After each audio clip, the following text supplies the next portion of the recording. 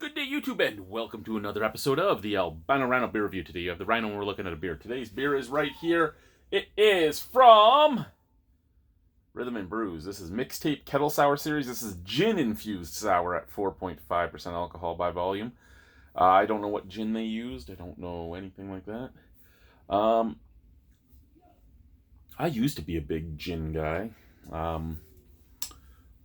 If you were just looking at regular old-fashioned shit-tacular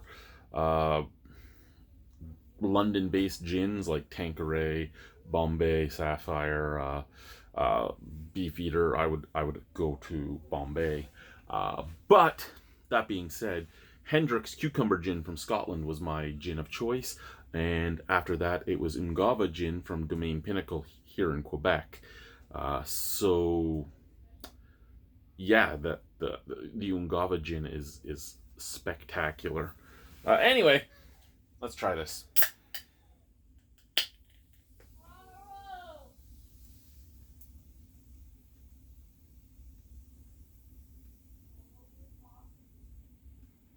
Every beer so far from Rhythm and Brews has exploded on me to an extent, but it looks like they're overfilled. That looks like it's part of the problem, because all that's happened now is the can's been opened, and if we're to come down like this, the liquid on top of the can is basically at level with that mouth. So it is almost as if it's been overfilled.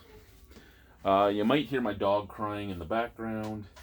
He keeps breaking into the garbage can, so they have him in a crate right now as the timeout. He has a timeout crate. He has two crates, actually. We have three crates in the house. We have a timeout crate, which puts the dog away from the rest of the pack for when they're bad, and then we have their regular crate. Some people tie their dogs to radiators and stuff to keep them away from the pack when they've done something incorrect. He has a timeout crate. And today he's been something special today. Every time he gets out of the crate, the first thing he does is go back to the garbage, so he gets put right back in the crate. Huskies. Damn Huskies. Hazy Crazy, straw colored, sent out of the glass. Oh, that was astringent. I'll try that again.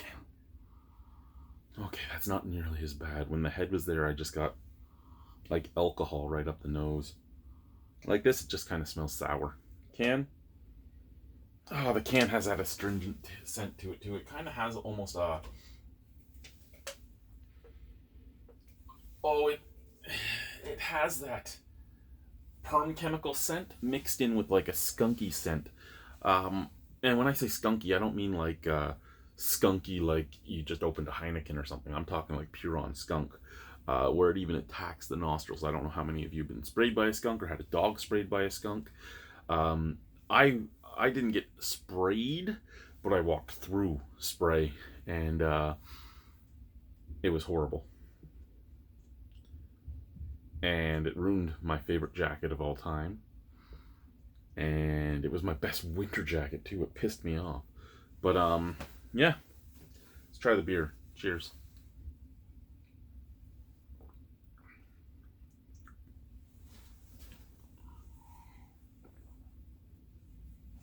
Okay.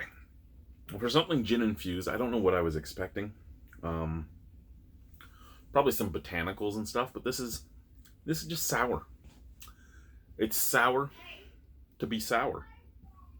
Easy drinking, light bodied, almost creamy.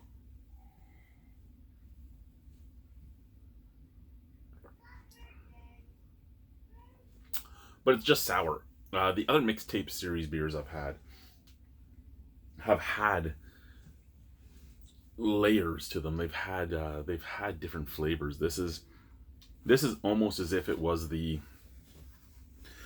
guess infusing a sour beer with gin isn't going to add all that much flavor. I mean, gin isn't really known as the most flavorful thing. Ooh, what do you have? I have something made from juniper berries and juniper bushes and maybe some rose petals, because again, we don't know what gin they use. Hell, it could even be a neutral grain spirit, because there are places that say, hey, we made gin, and it's not really gin.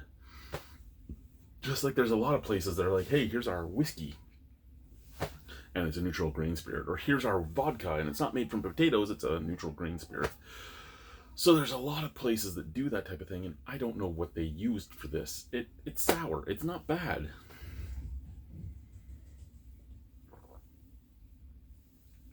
It looks fine. It's sour. It doesn't smell all that great.